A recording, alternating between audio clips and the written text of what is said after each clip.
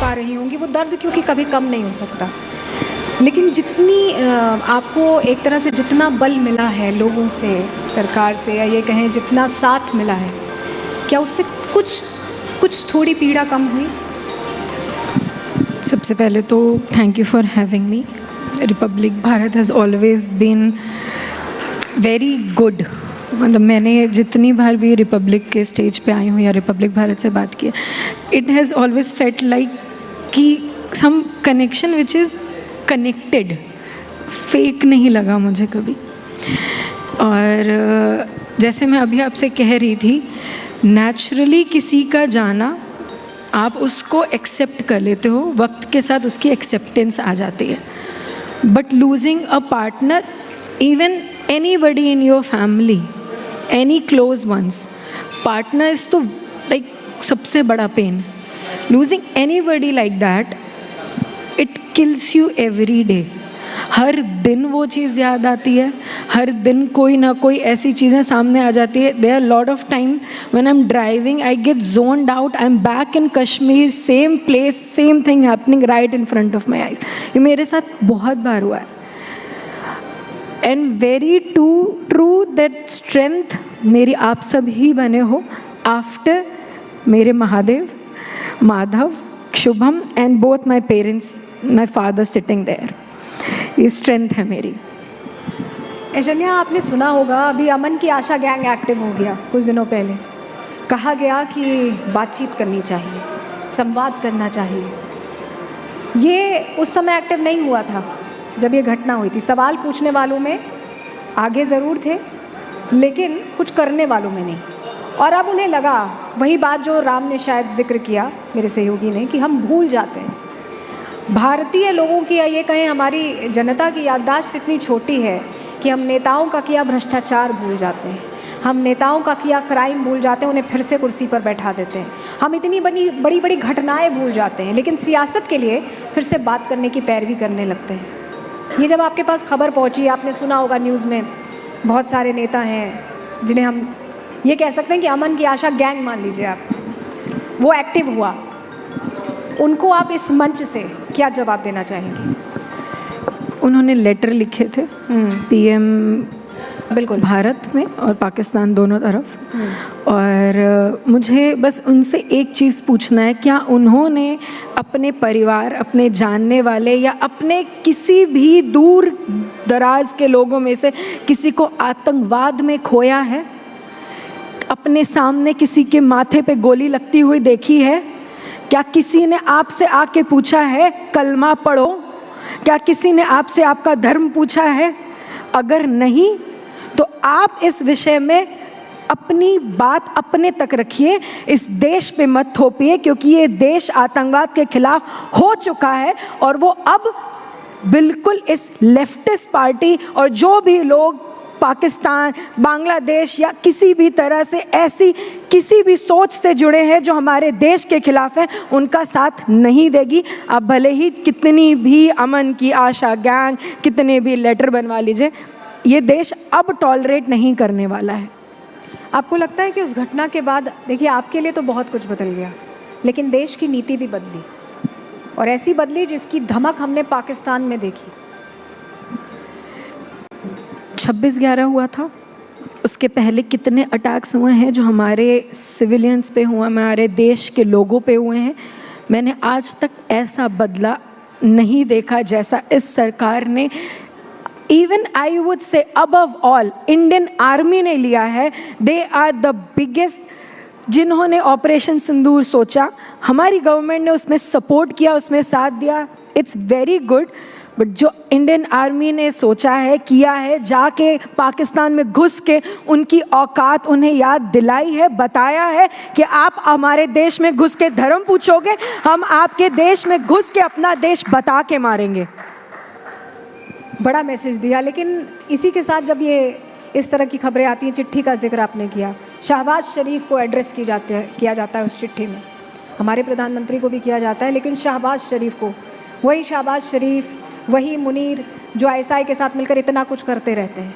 ऐसा नहीं लगता कि राजनीति से ऊपर उठकर कम से कम राष्ट्र हित में इसमें राजनीति नहीं होनी चाहिए, ये अवसरवाद नहीं होना चाहिए? नहीं होना चाहिए। इवन मैंने आपके ही माध्यम से ये बात बोली भी है कि आप एक पार्टी को या किसी नेता को या XYZ किसी को अगेंस्ट जाते जाते आप भूल जाते हो वो लाइन, जब आप अपने देश के खिलाफ भी हो जाते हो, एंटी नेशनल हो जाते हो। आप लड़ो, बिल्कुल पॉलिटिकल पार्टीज़ के बीच में लड़ाइयाँ होती हैं, हर दिन होती हैं, होनी चाहिए, तभी तो राइवरी होगी, तभी तो पार्टीज़ होंगी। लेकिन क्यों उसकी वजह से अपने देश के खिलाफ होना? ये तो मतलब अपने देश से गद्दारी हुई। जहाँ का नमक खा रहे हो उन्हीं के खिलाफ हो रहे हो। और जो इंसान अपने देश का नहीं हो सकता वो किसी का नहीं। हमारी आइडेंटिटी क्या है? हम क्या बताते हैं? हम इंडियन हैं। अगर आप अपने आप को हिंदुस्तानी नहीं बताओगे, आपकी आइडेंटिटी नहीं है, आप क्या हो? कुछ नहीं हो। और आप उसी के खिलाफ चले जाते हो इतने ईजिली कि अरे मारा ही तो था, अरे टेररिस्ट अटैक ही तो था। वो टेररिस्ट कंट्री है, वो इंसान नहीं है, वो आतंकवादी हैं। आपने बहुत ज़्यादा मेरे ख्याल से आईना दिखा दिया है। अगर किसी, मुझे लगता है विपक्ष के नेता जो बात करने के बड़े इच्छुक रहते हैं, अगर आपकी बात सुन लें तो शायद उन्हें समझ में आ जाए। लेकिन एक चीज़ और है ऐशन्या कि अब जब नीति बदली है तो बहुत फ़र्क भी पड़ा है। एक तो विश्वास जगा है और दूसरा जवाब देने की हमारी ताकत ने सामने वाले को धराशायी कर दिया है। आपने शायद कल परसों की न्यूज़ है कि अहमदाबाद में टेररिस्ट ऑर्गेनाइजेशन पकड़ी गई। मतलब आप ये देखो, मोहम्मद के 5 लोग, पहले 8 लोग पकड़े गए, फिर उनसे पूछताछ पे 5 लोग और पकड़े गए।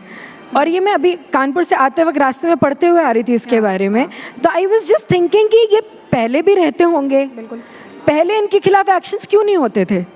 लेकिन अब हमारी आर्मी ने, हमारे देश ने नो टेररिज्म का जो रूल, जो ये बदलाव आया है, जो उन्होंने जिस तरीके से हमारे PM सर बोलते हैं ऑपरेशन सिंदूर जारी है, तो शायद ये एक तरीके से उसी का पहलू है कि हम देश से में भी जो घुसे हुए गद्दार हैं उन्हें भी पकड़ के बाहर निकालेंगे। सिर्फ बाहर ही नहीं, हमें देश के अंदर वालों को भी ख़त्म करना है। देश के अंदर वालों को ख़त्म करना, ये बहुत बड़ी बात आपने कही है। बहुत सारे युवा हैं जो इनकी बात में आ जाते हैं, इनके ट्रैप में फंस जाते हैं, सेक्युलर हो जाते हैं, कुछ ज़्यादा ही सेक्युलर हो जाते हैं, इतने सेक्युलर हो जाते हैं कि देश के विरुद्ध, कि वो एंटी नेशनल हो जाते हैं। उन्हें ये नहीं समझ में आता कि वो लाइन कहाँ पे ड्रॉ करनी चाहिए। उन्हें ये नहीं समझ में आता कि हाँ सिस्टम से लड़ो, बट हर बार उस सिस्टम से लड़ते लड़ते एक पॉलिटिकल पार्टी फिर एंटी इंडिया क्यों होना है?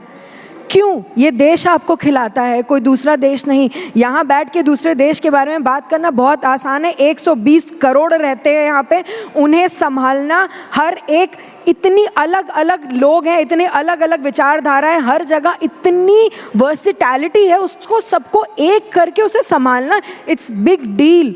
जो दूसरे देश है ना, एक ही चीज़ मानते हैं, एक धर्म मानते हैं, एक ही ट्रैक पे चलते हैं, तब उन्हें शायद संभाल पाते हैं लोग। यहाँ पे इतनी वर्सिटैलिटी है। देश के युवा आपको सुनते हैं, आपने अपने आप को समर्पित कर दिया उस घटना के बाद से, आपको लोग पसंद करने लगे, आपको लोग सुनना चाहते हैं क्योंकि आपने एक मजबूत स्त्री की पहचान दिखाई, एक ऐसी महिला जिसने इतना झेला और उसके बाद मुखर होकर कहने का मादा रखा। तो आप उन युवाओं को आज क्या कहना चाहेंगी यहाँ से, जो इस तरह से दिग्भ्रमित हो जाते हैं, गलत रास्ते पर चले जाते हैं, धर्म का नाम ले लेके, जो शायद उसमें लिखा भी नहीं है, जो व्याख्या बताई जाती है, वो कोई धर्म ऐसा नहीं हो सकता जो किसी का खून बहाने का मतलब उसकी वजह बने। बिल्कुल बिल्कुल।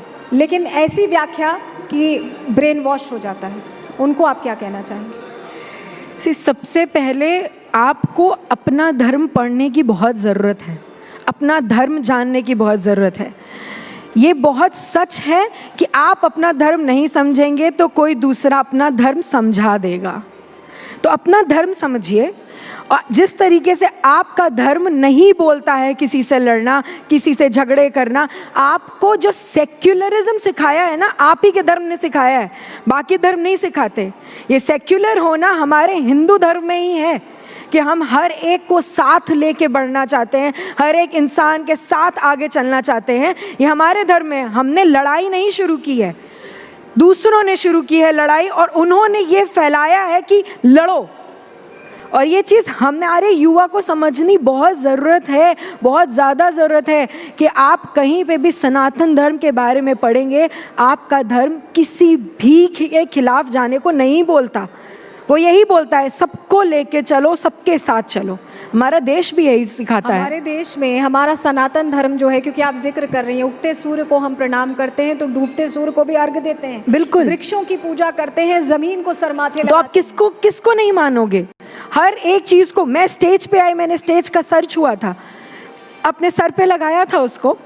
तो ये मेरा धर्म मुझे सिखाता है। यहाँ कोई भगवान नहीं है, ये कोई रिलीजन नहीं है, सिर्फ मुझे इज्जत देनी पता है। अगर मैं यहाँ पे बैठी हूँ तो इसे इज्जत देनी है मुझे, बस यही तो सिखाता है सनातन धर्म। मैं आपको बांटना नहीं चाहती हूँ अलग अलग रिलीजन में, लेकिन आपको समझना ज़रूरी है जो बांट रहे हैं वो आपको आप ही के खिलाफ कर रहे हैं और कुछ नहीं। और सबसे बड़ी बात है, ये उस देश की बातों में आते हैं जहाँ पर अगर आप देखें कि माइनॉरिटी की कंडीशन क्या है, कंपैरिजन करते हैं ना। Exactly. तो कंपैरिजन करके देखें कि यहाँ पे माइनॉरिटी कैसे रहती है और वहाँ पर माइनॉरिटी कैसे रहती है, कितने प्रतिशत है वहाँ पे। बहुत बड़ा जमीन आसमान का अंतर है। सांस लेने में घुटता है उनको। मतलब मैं इतने सारे वीडियोस, इतने सारे यूट्यूब के थ्रू या फिर अलग अलग ट्विटर के थ्रू मैंने चीज़ें देखी हैं, तो उसमें वहाँ पे आप बांग्लादेश की बात देख लो, जला दिया ना, जिंदा जला दिया ना इंसान को। कब हुआ है हमारे देश में ऐसा कि माइनॉरिटी के साथ गलत हुई हो?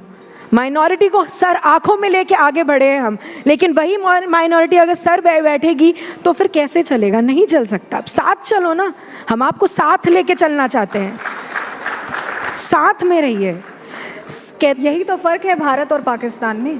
भारत सबको साथ लेकर चलता है, सबका साथ सबका विकास वाला। हम पहले ही ये कहते हैं कि ये वसुधैव कुटुंबकम, सभी का घर है। ये संगठन में ताकत है बोला जाता था। मैंने मराठाओं की स्टोरीज में ये सुना है कि संगठन में ताकत है। तो ये हम क्यों नहीं समझ पा रहे? सिर्फ देश का ही तो होना है, सिर्फ भारत का ही तो होना है। मैं नहीं बोल रही आप राम मानो, कृष्ण मानो, अल्लाह मानो, कुछ भी मानो, बस इस देश को पहले मानो, इस देश को सर माथे लगाओ, इस देश के हो जाओ, आप सबसे ऊपर हो जाओगे। क्योंकि आप जिक्र कर रही हैं कि इस देश के हो जाओ तो आप सबसे ऊपर हो जाओगे। तो क्या ऐशन्या को हम इस देश का होते देख पाएंगे? क्या हम ऐशन्या को एक ऐसी जगह देख पाएंगे जहां वो मुखर होकर सबके लिए, जनता के लिए खड़ी हो? क्या ऐशन्या कमिंग फ्यूचर में ऐसा कुछ करेंगी? मुझे आगे फ्यूचर क्या है मुझे बिल्कुल नहीं पता है। बस हाँ, अगर मुझे नेशनैलिटी दिखानी है तो उसके लिए मुझे किसी स्टेज की ज़रूरत नहीं है। वो मैं अपने घर में बैठ के भी दिखाऊंगी, जहाँ खड़ी होंगी वहाँ दिखाऊंगी, इस जगह से भी मैं दिखा रही हूँ। हाँ, मौका मिलेगा आगे ज़रूर बढ़ूंगी, लेकिन उसके लिए मुझे कोई एक्नॉलेजमेंट नहीं चाहिए। इस देश का होने के लिए एक्नॉलेजमेंट नहीं चाहिए, इस देश की हूँ काफ़ी है। लेकिन देश की सेवा करने के लिए तो कोई मंच चाहिए।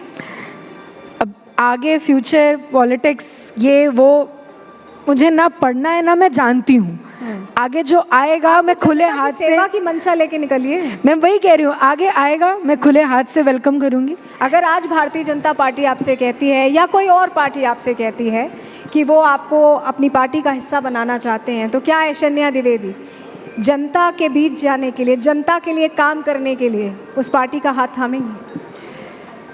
जो पार्टी भारत की है, जो पार्टी सनातन धर्म की है, जो पार्टी एकता रखना जानती है, सबको एक रख के और उस पाकिस्तान को मुंह तोड़ जवाब देना जानती है, उसके साथ आगे बिल्कुल तो बढ़ना जवाब मैं हाँ समझूं?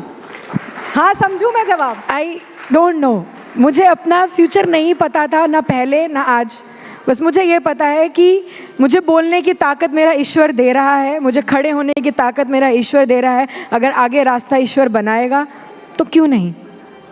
जोरदार तालियां हो जाए। मुझे लगता है कि लोग चाहते हैं कि आप इस तरफ कदम बढ़ाएं। बहुत शुक्रिया ऐशन्या आने के लिए, रिपब्लिक भारत के मंच से अपनी मुखर आवाज़ एक बार फिर बुलंद करने के लिए। उम्मीद करते हैं कि आपको जनता के बीच देखें। Thank you so much for having me. Thank you. बहुत बहुत धन्यवाद ऐशन्या जी आपका, सलोनी आपका भी इस सत्र का संचालन करने के लिए।